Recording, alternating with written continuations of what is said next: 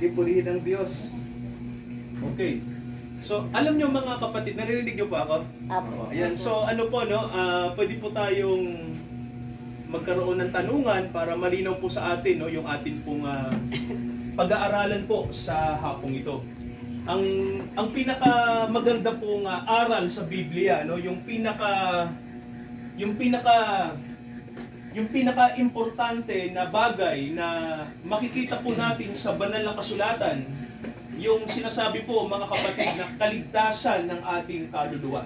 Sabihin nga po natin kaligtasan. Kaligtasan. Yan. Alam nyo po, mahalaga po ang kaligtasan. Kasi po, pag sinabi pong ako ay ligtas, ibig sabihin po nun, mga kapatid, makinig po kayo, mahalaga to. Ibig sabihin po nun ay, kapag namatay ka ngayon, halimbawa ngayon, no, kinuha ka ng Diyos, sigurado ka na ikaw ay papasok sa tinatawag nating kaharian ng Diyos. Amen po ba, mga kapatid? No? So, yun po ang ibig sabihin. Ano? Pag sinabi po natin na ako ay ligtas na, ang ibig sabihin po nun, kapag kayo'y kinuha ng Diyos, mga kapatid, no? Pag kinuha ka na, halimbawa, no, mamaya, no? Kasi, alam niyo po, ang buhay po natin, sabi nga ng Bible sa atin, ang buhay po natin ay hindi natin hawak. Alam niyo ho ba yun, mga kapatid, no? May mga namamatay sa atin ng matanda, may mga namamatay sa atin ng bata, no? Wala pong tao rito na alam niya kung kailan siya mamamatay. Ibig sabihin po, Diyos po ang nagtatakda nun. Siya po ang nakakaalam kung anong araw, anong petsa, siya ang nakakaalam. Amen po ba? No, kaya po mga kapatid, hindi natin alam kung kailan. So kailangan po, pag dumating na yung tinatawag na pagkuha ng Diyos sa atin, mga kapatid pag dumating yon, ibig sabihin po, tayo ay sure, no? Na tayo ay pupunta sa Kanya. Amen po ba? No? Wala pong pinagkaiba yan sa ganito. Pag pupunta kayo ng ibang bansa, anong kailangan? Kailangan ng unang-unang passport, no? Kasi mga kapatid, ganito yan. Pag wala kang passport, makakalabas ka ba sa bansang to? Hindi. Hindi, di ba? So, ano yung katiyakan na ikaw ay makakaalis pag ikaw ay sumakay ng eroplano? Ano tito? Ulit? Ano kailangan? Passport, di ba tita? Passport, no? Ganon din po, mga kapatid, sa tinatawag nating kaligtasan. Amen po ba? No, amen po. Hindi ka pupunta sa kaharian ng Diyos kung wala kang passport, no? Yes. Hindi mo pwedeng sabihin na, Panginoon, papunta ako dyan hahanapan ka ng passport. Ang tanong natin, ano ba yung passport, pastor, papunta sa langit? So, dapat alam natin yung tama ho ba? Kung dito sa lupa, kailangan may passport tayo, alam nyo papunta sa Diyos may passport din. At alam nyo kung ano yung passport natin? Alam nyo ba kung ano? Diba? Sabihin nga po natin si Kristo. Si Kristo. Sabihin nga po natin si Jesus Christ. So mga kapatid, siya ang pasaporte. Amen po ba? Hindi ba visa? Opo. Kasama na yun. O mahal, may visa, may passport, dokumento, kumpleto, no? Na kay Kristo lahat. Siya ang pasaporte. Kaya mga kapatid, ganito po yun. Pag ikaw ay namatay nang wala si Kristo sa loob mo, no? Kapag wala si Jesus sa'yo, pag ikaw ay namatay, gaano ka man karelihiyoso, gaano ka man kabuti sa tingin mo, no? Gaano ka man sa tingin mo ay ikaw ay moral, pag si Kristo wala sa'yo at ikaw ay namatay, mga kapatid, tinitiyak ko sa'yo, hindi ka sa langit pupunta. Hindi ka pupunta ron, ano? Gaano ka man kabuti, pag wala si Kristo sa'yo, sa tingin mo kung gaano ka kabuti, hindi ka pa rin tatanggapin sa langit. Ang hinahanap ng Diyos, passport. Nakikinig ba? Sabihin nyo nga po, si Kristo ang passport ko. Sabihin nyo nga po. Si Kristo ang passport so, mga ko, kapatid, amen. kailangan si Kristo nasa atin. Kailangan si Jesus nasa atin. Tama ho ba? Kasi mga kapatid, ito yung itinuturo ng Bible, no? Ang Biblia po, ito yung doktrina na itinuturo po sa tao. So mga kapatid, kailangan malaman natin, tama ba? Paano ba, pastor, tinatanggap si Jesus? Di ba maganda, no? Siguro unahin natin, bakit ba kailangan tanggapin? Nakikinig po, no? Bakit ba kailangan na si Jesus ay nasa atin? Ano bang problema, pastor? Ito yan, para malaman natin, ang Biblia po may sinasabi po, no, na ang sabi, mayroong hindi maganda na pangyayari sa atin bilang mga tao, no? Alam niyo po kung ano 'yon, no? Ganito 'yan.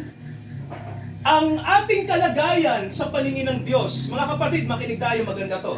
Ang ating kalagayan sa paningin ng Diyos, tayong lahat po, nakikinig, no? Tayo pong lahat ay mga makasalanan. Nakikinig? Amen. Mga kapatid, no? Tayong lahat ay makasalanan. No? Wala pong tao na hindi nagkasala. Tayo pong lahat. So, ang ating kalagayan sa paningin po ng Diyos, tayo ay mga makasalanan. No? Basahin ko po sa inyo yung nakalagay sa awit 14. No? Pakinggan nyo po. No? Ito ang sabi ng Biblia. Sabi rito sa awit 14, nakalagay sa talatang 2 at 3. Tinitingnan ng Panginoong Diyos ang mga anak ng tao mula sa langit upang tingnan kung may sino mang nakakaunawa na hinahanap ang Diyos. Silang lahat ay nagsihiwalay. Ano pong narinig nyo? Ano sabi ng Bible? Tayong lahat ay nagsihiwalay. Sabi tita, di ba? Okay, sabi rito, silang lahat ay nagsihiwalay, sila'y magkakasama na naging kahalay-halay. Sino po yung tinutukoy? No? Tayong lahat ay nasa kahalayan daw. Di ba sabi? At ang sabi po, walang gumagawa ng mabuti. Wala kahit isa. Ano po yung napansin nyo? Walang gumagawa ng mabuti. Wala kahit isa, sabi ng Biblia. Ibig sabihin mga kapatid, sa paningin ng Diyos, kapag ang pinag-uusapan po ay pagiging tao, pakinggan nyo po, maganda to, no? Tayo ay mga makasalanan. No? Tayo po ay, kumbaga po, yun ang tingin ng Diyos sa atin kasi nga, sa una pa lang, mayroong nangyaring hindi maganda, no?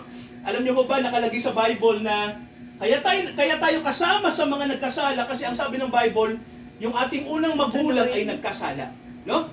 Alam niyo, pakinggan niyo to, mga kapatid, no? Maganda to. Pakinggan niyo yung sinasabi ng Biblia sa atin na may nakasulat sa Biblia, no, na saan ba nagsimula ang kasalanan, no? Saan ba nagsimula? Kasi alam niyo po, lahat ng bagay may simula. Tama ho ba? O tanungin niyo sarili niyo, ako ba may simula? Sabihin niyo nga po, ako ba may simula? May simula. Eto, may tanong ako. Bakit kayo napunta sa mundo? Saan ba kayo galing?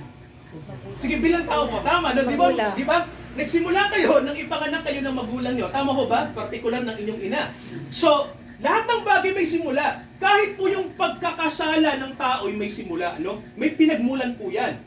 Okay, pakinggan niyo po yung sinasabi ng Biblia sa Roma 5. Ito po nakasulat, no? Tingnan niyo po kung saan galing ang kasalanan, no? Roma 5, basahin ko po yung talatang 12, no? Ito mga kapatid, ito ang sinasabi ng banal na kasulatan. Sabi rito, kaya nga, kung paano sa pamamagitan ng isang tao, pumasok ang kasalanan sa sanglibutan, at ang kamatayan sa pamamagitan ng kasalanan. At sa ganito, ang kamatayan ay nararanasan ng lahat ng mga tao sapagkat ang lahat ay nagkasala. O may tanong tayo, bakit tayo ay namamatay? Sige mga kapatid, no? Bakit ang tao, dumarating yung panahon na tayo ay mamamatay? Anong dahilan? Anong sabi ng Bible mga kapatid? Dahil sa kasalanan. Diba? Dahil sa kasalanan, no? Namamatay ang tao dahil sa kasalanan. Sino po ba rito yung hindi mamamatay? Di ba lahat tayo? Sabi ko nga kanina, hindi natin alam yung schedule kasi Diyos lang ang nakakaalam nun. Pero ang sabi ko nga po sa inyong mga kapatid ito, kailangan kapag tayo ay namatay, alam natin na sa Diyos tayo uuwi. Amen po ba? Kasi po ang Biblia may itinuturo dyan, no? Hindi tayo pwedeng mamatay nang hindi natin alam kung saan tayo pupunta. Kasi mga kapatid, sabi ng Bible sa atin, tita, di ba? Tayo ay nagkasala. Ang paningin ng Diyos, tayo ay makasalanan. At ito po yan. Sabi ng Bible, tingnan niyo po ito ha, sabi ng Bible, ito yung tinatawag na, ano to, yung sinasabi na nahiwalay tayo sa Diyos dahil sa kasalanan. Sabihin niyo nga po, nahiwalay sa Diyos. Nahiwalay sa Diyos. O isa pa po, nahiwalay sa Diyos. Nahiwalay sa Diyos. Ano yung magandang example pag nahiwalay sa Diyos? O, halimbawa, ganito. Halimbawa, sino rito yung may karelasyon? Na dati ay okay kayo. Tama ba? Ganon din sa Diyos, no? Dati ang Diyos at ang tao, mabuti yung relasyon nila. Tama ho ba? No? Walang anumang sigalot, walang away. Pero nang ang tao ay magkasala, ano pong nangyari? Oo. Ang tao at ang Diyos ay naghiwalay. no? Nagkaroon ng alitan. Tama ho ba, no? May nasirang relasyon. Kayo ho ba naranasan nyo na yon? May nasirang relasyon, di ba? Dahil sa nangyaring hindi maganda. Ganon din po nangyari sa atin sa harapan ng Diyos, no? Dahil ang tao'y nagkasala, nagkaroon ng hiwalayan. Ngayon mga kapatid, itong problema. Sabi ng Biblia, pag nahiwalay tayo sa Diyos, anong tawag sa atin? Pag nahiwalay tayo sa Diyos, Patay. tama, no? Tama yung sabi niyo po. Kapag nahiwalay sa Diyos ang tao, ang sabi, ikaw ay patay. Sabihin niyo nga po, patay. Patay. Isa pa po, patay. Patay. Okay, ano ang definition ng patay? Anong ibig sabihin ng patay sa Bible? Tita? Tama, makasalan. Ano pa po? Nahiwalay sa Diyos. Diyos, no? So yung po ang patay. Walang Tama ho relasyon ba? sa Diyos. Kaya pag ikaw ay nabubuhay lang bilang tao pero wala kang relasyon sa Diyos, ang tawag sa iyo ay patay. Naintindihan niyo po? Yan, no? So ano ang patay? Nahiwalay? Nahiwalay sa Diyos. Kaya eto, no? Tandaan niyo po yan, ha? Ang isang tao'y patay. Kaya nga eto, pag sinabi natin, may nag-iisip sa atin no? Nasa side ko kayo, no? Di ba pastor yung patay pag pinaglalamayan? Di ba? Pag nakalibing na o kaya nasa ataol. Well, yun yung bunga ng kasalanan. No? Kaya tayo namamatay kasi nagkasala tayo. Pero alam niyo po, bago pa tayo mamatay sa pisikal, may isang aspeto na patay na tayo. Alam niyo ba kung saan tayo namatay? Spiritual. Saan po? Spirito. Sa spiritual. Yun po yun, ano? Kaya tayo namamatay sa pisikal kasi mga kapatid, yun ay bunga na may namatay sa atin. Yun yung spiritual. Sabihin nyo nga po spiritual. Nahiwalay sa Spiritual. Okay. Alam niyo po ba kung bakit kayo nabubuhay? Dahil sa spiritual. Tama ho ba? Alam niyo po ba kayong mga tao ay mayroong kayong kaluluwa?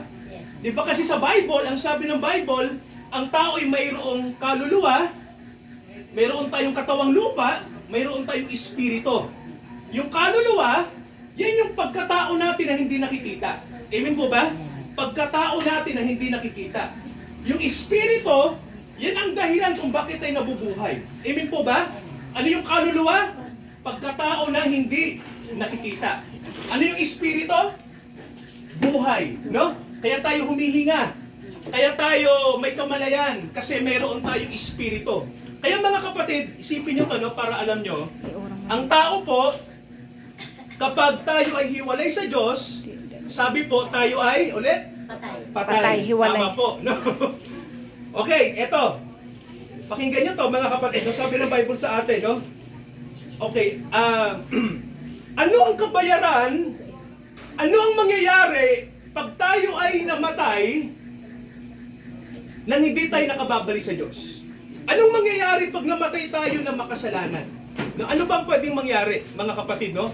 Pag ang tao'y namatay nang hindi tayo nakakabalik sa Diyos, ano kaya ang mangyayari? Pag namatay tayo na wala si Jesus. Basahin ko po sa inyo yung nakasulat po no sa sa Pahayag 21, no? Verse 8. Pakinggan yung sabi ng Bible, mga kapatid, no? Tingnan niyo po, ha. Pahayag 21. Okay? At basahin natin yung verse 8. Ito ang sabi, ngunit sa mga duwag, sa mga hindi sumasampalataya, sa mga kasuklam-suklam, sa mga mamamatay tao, sa mga mapakiapid, sa mga manggagaway, sa mga sumasamba sa Diyos-Diyosan, sa lahat ng mga sinungaling, ang kanilang bahagi ay sa dagat-dagatang naglilingas na apoy at asupre, na siyang ikalawang kamatayan. Okay, may binasa tayong talata, mga kapatid, no? Saan pupunta ang tao kapag namatay tayo na makasalanan at hindi tayo nakahingi ng tawad sa Diyos? Saan pupunta? Impyerno. Sabi ng Biblia, mga kapatid, no? Parusa. Tama ho ba? No, ngayon, ang mga tao po, sinasabi nila na wala namang parusa. Imposible yan, no? Kasi mabait ang Diyos, mabuti ang Diyos. Well, Namatay na siya mga sa kapatid, cross. totoong mabuti ang Diyos. Kaya lang, itong problema, no? Ang Diyos mabuti, tayo ba? Di ba, no? Yung ating kabutihan ay kulang. No? Sabi nga ng Bible, mga kapatid, yung kabutihan natin hindi sapat para tayo ay makapunta sa langit. No? Hindi po sapat, no? Walang perfect sa atin, Yan ang problema, no? Kaya, pag sinabi natin na, Panginoon, mabuti ako, ang hinahanap kasi ng Diyos, perfect. Nakikinig po, no? Ang hinahanap ng Diyos na kabutihan ay ganap. Sabihin nyo nga po ganap. Ganap. Ibig sabihin perpekto, walang dungis. Eh ang tanong, paano magagawa ng tao yon? Tama ho ba? Wala. Ngayon, Malabo. maganda, tingnan natin sa Biblia, no? Kung ano yung paraan ng Diyos para maligtas ang tao, no? Tingnan po natin. Sabi po rito mga kapatid, no? Ano ang paraan para hindi tayo mapahamak? Amen po ba? No? Baka may magtatanong sa atin, Pastor, ano ba yung mga kasalanan na sinasabi ng Biblia? Alam niyo po, lahat ng kasalanan. No? Walang malaki o po- maliit. Magsabi tayo ng kasalanan na alam natin. Sige po, na nagagawa natin. Pagmumura. Kasalanan po yun. Tama ko ba? Pagnanakaw. Ano pa po? Pagnanakaw, pangungupit. Kasalanan po yun. Ito yung mga medyo light na kasalanan, pero yung iba hindi ito alam na kasalanan. Yung pagkainggit, Kasalanan. kasalanan po yun. Chismis. Mga kapatid, no? Pangchismis. Yung ba, no? May mga tao po na sa tingin nila, yung pagsisitsit ay okay lang. Pero alam niyo ho ba na hindi maganda yun sa paningin ng Diyos? Mga kapatid, no? So, nakita niyo po yung mga kasalanan hindi mabibilang, tama ba? At mga kapatid, eto no, lahat ng yon kailangan ihingi mo ng tawad. Amen po ba? No? Lahat yon. Kung ikaw, mahilig kang manitsit ang kapwa, humingi ka ng tawad. Kung ikaw ay makasarili, o kaya mapagmalaki ka, eto na yung panahon humingi ka ng tawad. So, eto tanong, ano ang paraan ng Diyos para maligtas ang isang makasalanan? Mga kapatid, gusto niyo malaman sa Biblia. Okay, pakinggan niyo po ang sabi sa mga gawa, no? Eto nakasulat. Sabi po sa mga gawa, basahin ko po yung isang talata sa 3 kabanata ng mga gawa, talatang 19. Pakinggan niyo po to, ito ang sabi. Kaya nga, magsisi kayo at magbalik loob upang mapawi ang inyong mga kasalanan. Okay, ano pong sabi mga kapatid? Sabi ng Bible? Magsisi. Okay, magsisi. Sabihin nyo nga, tita narinig ko kanina sa bibig mo yun, no? Pagsisisi. May tanong po ako. Paano mo magsisi? Mga kapatid, halimbawa, ikaw, kinalaban mo yung nanay mo, tama ba? Nagrebelde ka. Ngayon gusto mo nang bumalik sa nanay mo. Halimbawa po, sino na ho ba nagrebelde sa magulang? May ginawa na ho ba tayong mali? O kaya sa kapwa, may ginawa na ba tayo? So eto tanong, Minsan, paano nyo ginawang magbalik loob sa magulang? Ano yung unang gagawin? Tama, no? Humihingi tayo ng tawad sa Diyos. No, sabihin nyo nga po, paghingi ng tawad. Paghingi ng tawad. Alam nyo ho ba na ang Diyos gusto yon, no? Sa Diyos ka hihingi ng tawad. Alam nyo po ang Diyos parang magulang. Amen po ba? Ang Diyos parang magulang yan eh. Kapag na-realize natin na tayo ay nagkasala sa Diyos, ngayon, ganito mga kapatid, no? Ganito, Pastor, paano ba gagawin? Paano ba paghingi ng tawad sa Diyos? Ibig sabihin po ba, pupunta pa ako sa isang kleriko? Alam niyo po ba yung sabihin ng kleriko? Clergy. Diba? Ha? Clerk. Sa church. Oo, pupunta pa ba ako sa church? Oh, well, pwede kang pumunta sa church. Pwede kang pumunta. Eh, saan ba dapat? Eto mga kapatid, no, tuturuan tayo ng Biblia dito, no, para alam nyo. Ilagay mo dito yung Okay. upuan. Yung upuan ibalik mo para makakilos ka doon. Okay, tuturuan tayo ng Biblia. Yan. Alam niyo ang gusto ng Diyos, dumiretso tayo sa Kanya. Amen po ba? Alam niyo ho ba may talata sa Mateo na ang sabi, pag ikaw ay lalapit sa Diyos, dumiretso ka sa Diyos. Amen po ba? Amen. So mga kapatid, hindi mo kailangan ng mga santo para may mamagitan sa'yo. Amen po ba?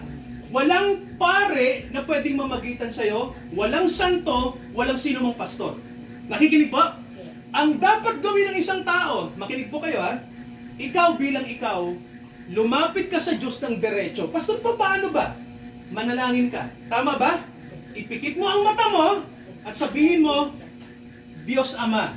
Mga kapatid, nakikinig, di ba? Umpisa na yun, no? Panginoong Diyos, hindi kita nakikita pero alam kong nakikinig ka.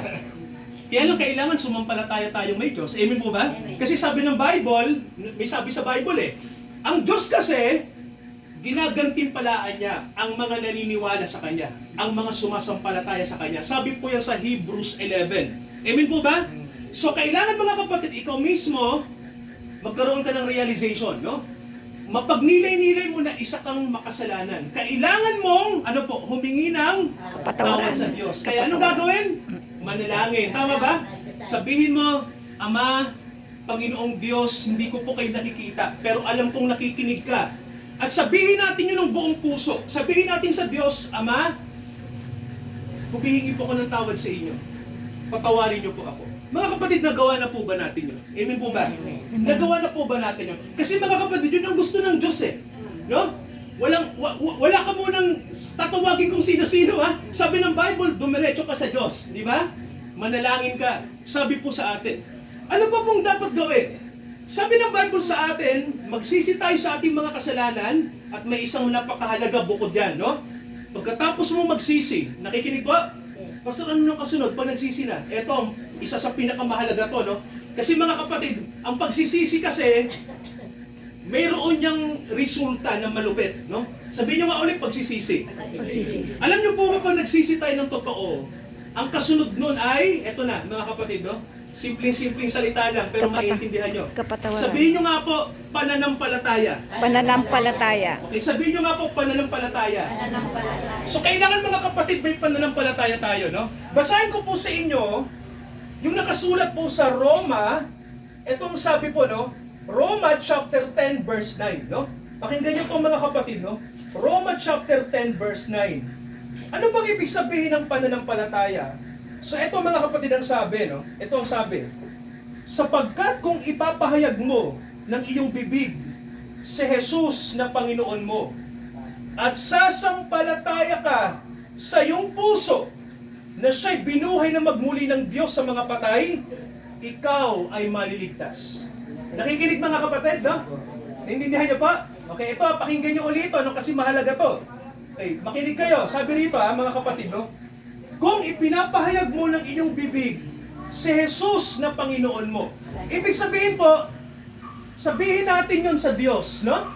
Mga kapatid, pag nakahingi ka na ng tawad, nakikinig po, sabihin mo ngayon sa Diyos, Ama, anong sabi ng Biblia? Nakalagay, tinatanggap ko ang iyong anak. Nakikinig po, no? Bilang aking, ano po? Panginoon. Bilang aking Panginoon at tagapagligtas, no? Di ba sabi po rito, kung pinahayag ng iyong bibig si Jesus na Panginoon mo, tama ho ba, no? At sasampalataya ka sa iyong puso. Ano po ba yung pananampalataya? Saan daw po? Sa puso, no? Anong sabi ng Bible? Isip o puso? Puso. Bakit puso po? Okay, kasi ang puso, ang totoo po ng mga kapatid ito, ang puso talaga nandito din yan eh. No? Kaya natin sinasabing ang puso ay nandito sa dibdib kasi simbolo, no? Ibig sabihin ang puso kasi, yan yung sinasabing pagkatao natin na malalim. Amen po ba, no? Ang sabi ng Bible, kung sasampalataya ka ng buong puso, ibig sabihin po ang pananampalataya, mga kapatid, ay hindi lang isip, tama ho ba? Yung buong pagkatao mo, nananalig. Amen po ba, no? Buong pagkatao po, yung iyong intelektual, yung iyong emosyon, nakikinig ba, di ba? Yung buong pagkatao mo, mga kapatid, no? Kumbaga po, yung lahat ng aspetong nasa iyo, no? Psychological, intellectual, lahat ng pagkatao mo, naniniwala kay Jesus Christ, mga kapatid, no? Tingnan niyo pong sabi, oh. Di bang sabi, kung ikaw ay sasampalataya ng iyong buong puso, na ang Diyos binuhay ang kanyang anak. Ano pong sabi? Anong kasunod? Ikaw ay Maliligtas. maliligtas. Ang sabi po, no? Kaya mga kapatid, may dalawang bagay eh. Tama ba? Para patawarin ang tao na nasa kasalanan. Ano po yung una? Pagsisisi. Ano po yung kasunod? Pananampalataya. Pananampalataya. Okay, ulitin natin. Ano po yung una? Pagsisisi at pananampalataya. Saan tayo nagsisisi? Sa harapan ng Diyos. Kanino tayo sasampalataya? Tama. Sino yung partikular na pinadala ng Diyos para sampalatayanan natin, na namatay sa atin? Sino po? Opo, yung pananampalataya kanino? Okay, and sino po? Sino po yun? Sino yung Kristo. sinasampalatayanan natin? Panginoong Jesucristo. Tama, ang Panginoong Jesucristo. Mga kapatid, sabi ng Biblia sa atin, kung gagawin natin yon, tama ba? Sabi po rito, kung ikaw ay magsisisi at ipapahayag mo na ang Panginoon mo ay si Jesus, ang sabi ng Biblia sa atin, at sasampalataya ka ng buong puso, maganda pong sabi, no? Ikaw ay maliligtas. Amen po ba? Sabihin nyo nga po, amen. Amen. So mga kapatid, ganun pala ang paraan ng Diyos. Amen po ba? Ganun pala ang paraan ng Diyos, no? So, ito yung mga dapat nating maintindihan ngayon, ano? Kasi dapat maintindihan natin to, no? Eto. Pastor, paano yung mga tao na ang tingin nila ay yung paggawa ng pagiging mabuti, yung paggawa ng mabuti, eh sabi nila sapat na raw para makapunta sa langit, no? May babasahin po ako na yun ay mali, no? Pero ilalagay natin yung paggawa ng mabuti kung saan, no? Para alam natin, ano? Kasi mga kapatid, ako naniniwala ako, pag ang isang tao po ay na-born again, sabihin niyo ko po born again. Born again. Sa pa po, born again. Born again. Ibig sabihin ng born again, pinanganak kang muli. Amen po ba? Ibig sabihin, kung pinanganak ka sa physical, pag si Jesus ay napunta sa iyo at sumampalataya ka sa Kanya, ibig sabihin po, pinanganak ka uli sa spiritual. Naintindihan niyo po? Yun ang ibig sabihin ng born again, ano? Paano Pag born mo born again, mga again? kapatid, ganito. Paano? Okay, maganda yan, no? Pag born again, ibig sabihin po, pinanganak ka uli, no? Hindi sa physical, kundi sa spiritual. So sabi rito, eto muna, no? Maganda mga kapatid, basahin natin to, no? Yung sinasabi na, yung iniisip ng marami na, Pastor, paano yan? Di ba may mga tao ang tingin nila para makarating ka sa langit. Ang kailangan gawin ay gumawa ng mabuti, maging moral, di ba? Maging mabait, walang inaapakan. Di ba yun ang okay na po yun? Well, mga kapatid, sagutin ng Biblia yan. No? Hayaan natin ang Diyos ang sumagot. No? Hindi tayo, no? Pakinggan niyo ang sabi ng Biblia sa atin. Ikalawang aklat ng Epeso, ito ang sabi po sa ikalawang kabanata, I'm sorry po. Basahin ko po yung nakasulat dito po sa verse 8 hanggang 9. Ito ang sabi, sapagkat sa biyaya, kayo'y nangaligtas. Ano pong sabi? Sa biyaya. Sa biyaya, kayo nang- Alam niyo po mahalaga yun. Sabi niyo nga po biyaya. Biyaya. Ayan, sabi niyo nga po biyaya. Biyaya. Ayan. Alam niyo kung bakit? Bakit mahalagang biyaya? Mga kapatid, sa palagay niyo. Bakit mahalaga yun? Ang biyaya po ganito, para halimbawa si ano, no? Halimbawa si Kiel, no? Halimbawa si Kiel nangangailangan ng bahay, no? Nagsikap si Kiel, ginawa niya lahat, hindi pa rin siya nagkabahay. Alam niyo po ganito yung biyaya, no? Isang araw dumating ako at sinabi ko, Ken, may bahay ka na, bigay ko yun, sa'yo na. Okay, ano ibig sabihin ng biyaya? Regalo. Sabi niyo nga po, blessing. Blessing. Yun. Regalo, Ang regalo, ano? regalo. No? Ang biyaya po, sabi ng Bible, ang kaligtasan natin ay galing sa Diyos. Tama Isang mo ba? biyaya na kaloob. Ibinigay niya, nirigalo niya sa atin. Hindi pinagsikapan ng tao. Nakikinig po? Diba? Hindi mo pinagsikapan, Diyos ang nag-offer noon, tinanggap mo lang. Nakikinig po ba?